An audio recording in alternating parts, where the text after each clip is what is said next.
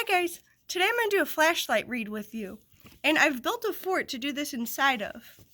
And thanks to Scholastic for allowing us to do read-alouds, I'm going to read you ugly, cute animals.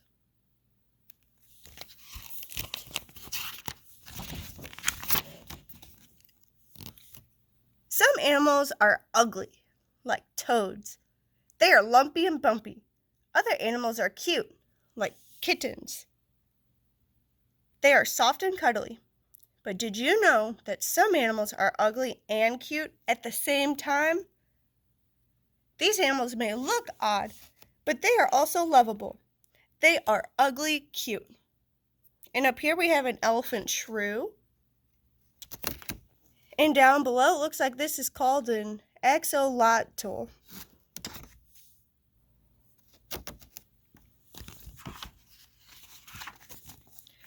The bulldog. Bulldogs have flat noses and wrinkled faces that can seem mean and angry, but bulldogs are actually kind and friendly. They like to be around kids, and they make good pets. Most bulldogs would rather sit on your lap than chase a ball. Bulldogs have broad shoulders and strong legs.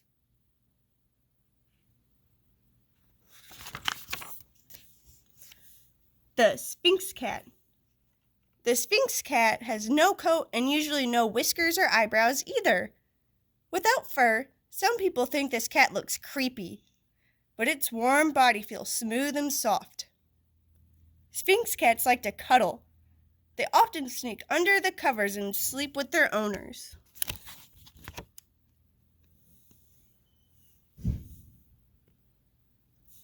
A fun fact about Miss Johnson is I've always wanted a Sphinx cat.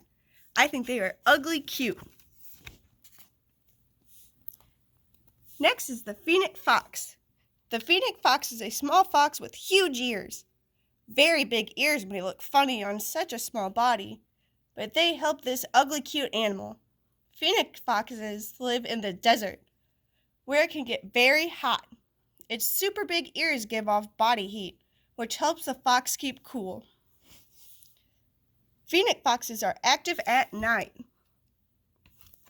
So while we're sleeping, the little Phoenix foxes are out and about.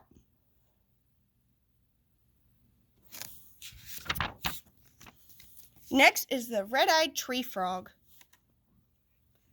The red-eyed tree frog has red eyes, a green body, blue and yellow sides, and huge orange feet.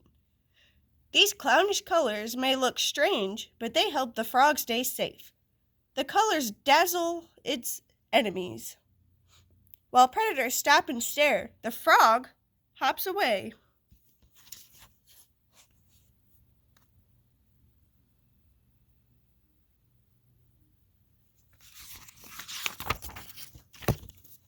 The sloth.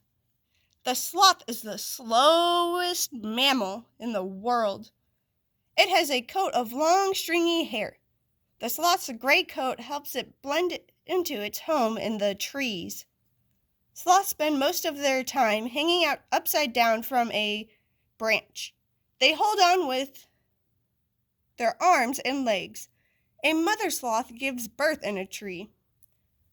Her belly makes a cozy bed for her or for the baby.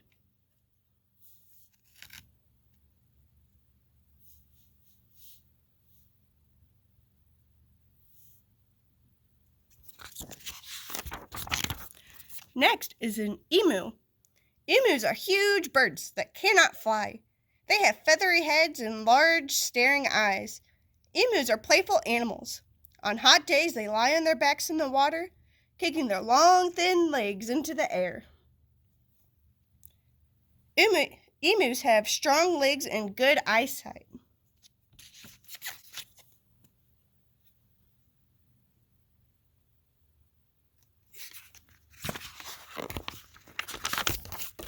Ooh, we have a llama next.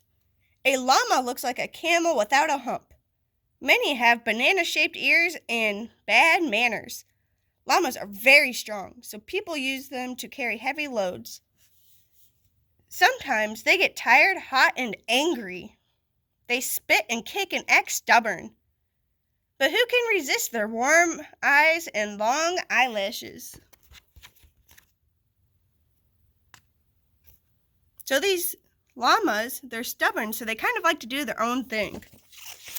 They don't like when something or someone else tries to tell them what to do. We have an orangutan next. Orangutans are large apes with very long arms. Their bodies are covered with a coat of messy reddish hair. When they stand, their fingertips almost touch the ground. Orangutans look fierce, but they are actually very gentle. Female orangutans make excellent moms.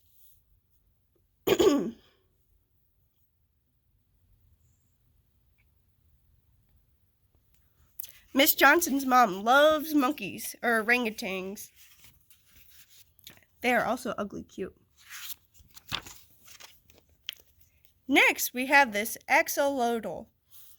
The axolotl is a type of salamander that spends its life underwater. It walks along lake bottoms on 4 little feet. It breathes underwater through feathery gills that stick way out from its head. It has no scales or hair. Check out this axolotl's big ear-to-ear smile. They do look like they're happy though. This little guy looks like he's smiling.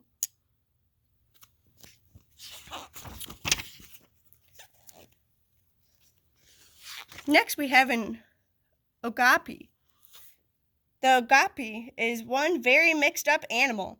It has the legs of a zebra, the body of a horse, and the ears of a deer and the head of a giraffe.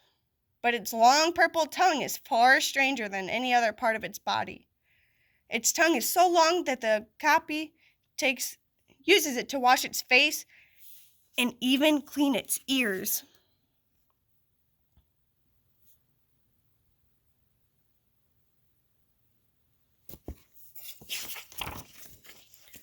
Next is the elephant shrew. The elephant shrew is the size of a mouse, with a tiny trunk like that of an elephant. All day it pokes its elephant-like nose under leaves of the forest floor, looking for food. The elephant shrew sticks its tongue out beyond the end of its trunk. Flick! It grabs a bug for dinner. Elephant shrews eat spiders, centipedes, and earthworms. I wish I could have an elephant shrew in my house to eat all the spiders. Next, we have a dugong. The dugong is a large mammal that lives in the sea. Up close, it looks big and clumsy. Its mouth is on the bottom of its head to let it eat seagrass on the ocean floor. But from far away, dugongs do not look gawky at all. They seem graceful and almost human. Sailors used to think dugongs were mermaids.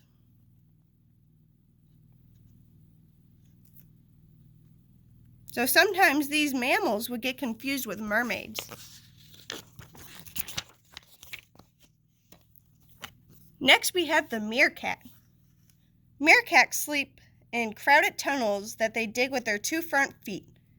By day, they come up out of the tunnels to search for food. Standing on their strong back legs, they warm their bellies in the sun. They also take turns babysitting and watching out for predators. Meerkats stand guard and bark or whistle if they spot danger.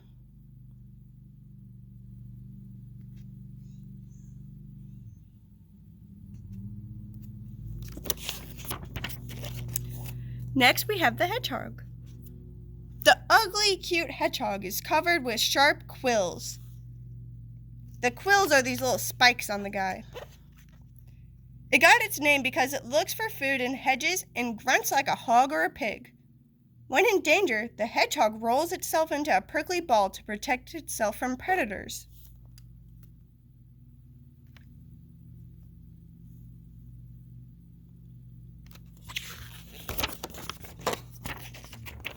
And in the back of the book, we have a glossary. And the glossary, remember, is where we can look to find what words mean. So I'm going to go over some of the words that you may have had questions about. There's the desert, which is a dry area with little rain and few plants. Gills, the parts of an animal that let it breathe underwater. Mammal, a warm-blooded animal with a backbone that nurses its offspring.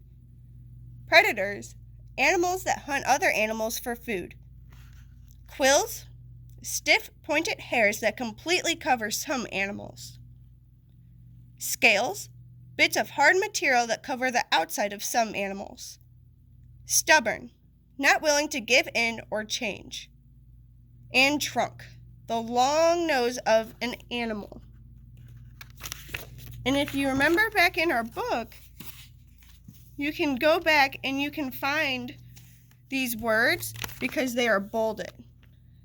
So usually the bolded words are in the back of the glossary. So on the llama, the word stubborn, you can look at that word. And if you don't know what it means, you can go to the glossary and find it. And then if you remember, stubborn means not willing to give in or change. So thank you guys for listening to my flashlight read for Ugly Cute Animals. And this was by Melvin and Gilda Berger. Bye guys.